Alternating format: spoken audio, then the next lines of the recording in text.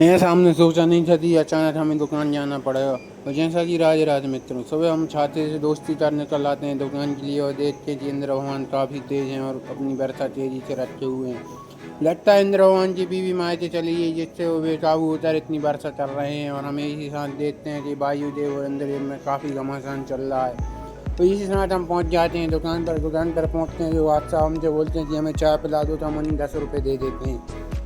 और इसी के साथ हम देखने लगते हैं अपने चेहरे को कि सुबह सुबह उठकर हम कैसे लगते हैं। लगता ज़्यादा सुंदर लगते हूँ, लेकिन ऐसा कुछ भी नहीं है। हमने ऐसे बंदर जैसी शक्ल के हैं, ऊँची लगते हैं। इसी के साथ हम भगवान को प्रणाम कर लेते हैं। और ऐसा कि सुबह सुबह आते हम सब में पहले भगवान के पैर पड़कर और देखते हैं तो हमारा पोहा बनकर तैयार था, क्योंकि सुबह सुबह नाश्ता ही का ही चलने का टाइम रहता है। और जैसा कि हम एक लड़के को बाहर से अंदर बुला लेते हैं, जो कि ये सफाई के लिए, क्योंकि आज हम अंदर अकेले ही थे। और देखते हैं कि हम इस लड़के को अंदर बुला के बोल देते हैं कि तुम फिर साफ कर दो। इसी के साथ हम देखते हैं कि इंद्र भगवान इस युद्ध में विजयी और काफ़ी तेज़ बारिश करने लगते हैं। इसी साथ माल वगैरह चेक कर लेते हैं, क्योंकि सुबह हमारा डेयरी का सामान आता है, जैसे दूध दही पनीर वगैरह।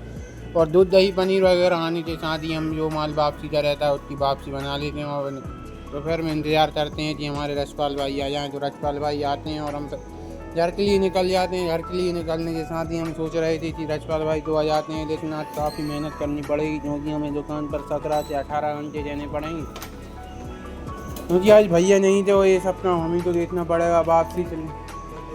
वापसी से लेकर और सब चीज़ें। फिर इस साथ रजपाल भाई आ जाते हैं तो हम अपनी गाड़ी लेकर निकल जाते हैं घर के लिए। लेकिन घर के लिए निकलना इतना आसान भी नहीं था, और ये बहुत सोचना था। इसी के साथ हम देखते हैं कि हम घर के लिए निकल जाते हैं। हम नेक्स्ट व्लॉग में ज़रूर बताएंगे कि फिर दुकान पर हमने क्या करा, क्या किया क्या नहीं।